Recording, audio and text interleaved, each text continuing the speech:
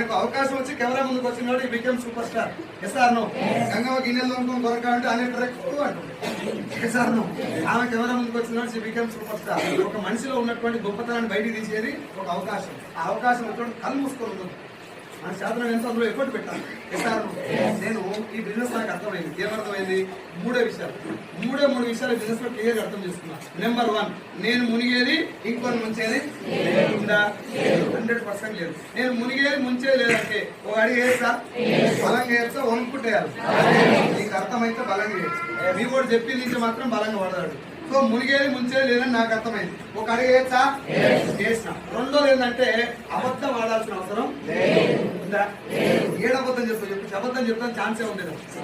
Oil super ఉంటుందని చెప్పిన. ఇక పొద్దుగా పోయి బజ్జీలు వేసుకొని నువ్వే చెప్తాను అక్కడ మంచి. ఎస్ఆర్ అబద్ధం ఆడే అవకాశం కానీ ఆడాల్సిన అవసరం కానీ లేదు బిజినెస్. మూడోది ఏంది? భవిష్యత్తు ఉందా బిజినెస్ కి? నాకు చెప్పిన కదా, లాక్డౌన్ లాంటిది ఇంకోటి వస్తే రియల్ ఎస్టేట్ నడుస్తుందా? బైక్ల షోరూమ్లు, కార్ల షోరూమ్లు, స్కూళ్ళు, కాలేజీలు, బట్టల షాపులు, బంగారం షాపులు, అప్పులు ఇంత చిన్నగా ఆలోచించాలని నేను చెప్తే నేను లోపల దాకా సర్చ్ చేస్తాను. ఆయన ఏ ఉండిలో సర్చ్ చేయాలి, ఏ ఉండిలో సర్చ్ చేయాలి. నీ ఆస్తి పత్రాలు మొత్తం నా దగ్గర తాకట్టు పెట్టంటే వారంలో సర్చ్ చేయి. మా దోస్తు గారు ఎంటెక్ చదివింది, నేను డిగ్రీ డిస్కంటిన్యూ మధ్యలో ఆపేసిన. ఇంగ్లీష్ చేస్తే బాగుంటుంది వాడు ఎంటెక్ చదివింది కాబట్టి మీటింగ్కి వచ్చి బ్రో నేను నీ అంత ఈజీగా జాయిన్ కాను, బాగా సర్చ్ చేయాలన్నాడు. చేయరా అని చెప్పి ఎలా 2 నెలలు, 6 నెలలు, సంవత్సరం, 2 నెలలు, 3 ఏళ్ళు, 4.5 ఏళ్ళు అయింది. ఏ కోరికొకరు సర్చ్ చేస్తున్నాను. సర్చ్ చేయి సార్, ఎవరు తను నేను ఎంత గట్టిగా ఎందుకు మాట్లాడుతున్నాను? ఏం లేదు, సర్చ్ చేయి. ఎంటెక్ చేసినట్లు 24 క్యారెట్ గోల్డ్ ఉంటే ఎవరికైనా గోల్డే కదా. ఇతగానుకోలేక ఐఏఎస్ ఆఫీసుకోలేకూడదు కదా. వెస్టీజ్ బిజినెస్ డైరెక్టర్ అనేది 24 క్యారెట్ గోల్డ్. నువ్వు టెస్ట్ చేసినా నీకు తెలుస్తుంది, ఇంకో టెస్ట్ చేసినా తెలుస్తుంది. టెస్ట్ చేస్తాను, టైం పెట్టుకొస్తాను. ఇది నాకు అర్థమైనాక బయటకు వచ్చి వర్క్ చేయడం మొదలు పెట్టిన. స్కీమ్లు ఏంటివి?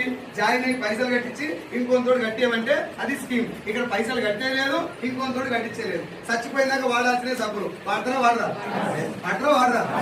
ఆ బయట వాడేవారు ఇక్కడ వాడమంటారు. కానీ కొత్తదేం కొనవాలి కానీ ఇంకోటి శారీస్ కొను, ఫుట్ కొను, ముక్కులు కొను, ఇసుపెట్టలు కొను, డిన్నర్ సెట్ కొను, బైకులు కొను, ఇవన్నీ లేవు కదా.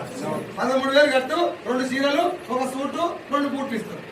ఇప్పుడు మా టోపు పెట్టుకున్న దోస్తు కూడా చీర కొనుక్కుంటాం. నేనేం చేసుకోవాలి చీర అంటే దండం కేసులు ఆడగా నువ్వే ఎంతవరకు కరెక్ట్ మీరు ఆ అబ్బాయికి సారీ అమ్మడం కరెక్టేనా అన్న? నాకేమైనా డియోడ్రెంట్స్ ఉంటే చెప్పు, ఏమన్నా పర్ఫ్యూమ్ స్పేస్ ఉంటే చెప్పు, క్యాప్ బెల్ట్ లాంటిది ఏమన్నా నాకు పనికి వచ్చి ఉంటే చెప్పంటే అవి ఏం లేవు. నా దగ్గర చీరనే ఉంది. కాన్సెప్ట్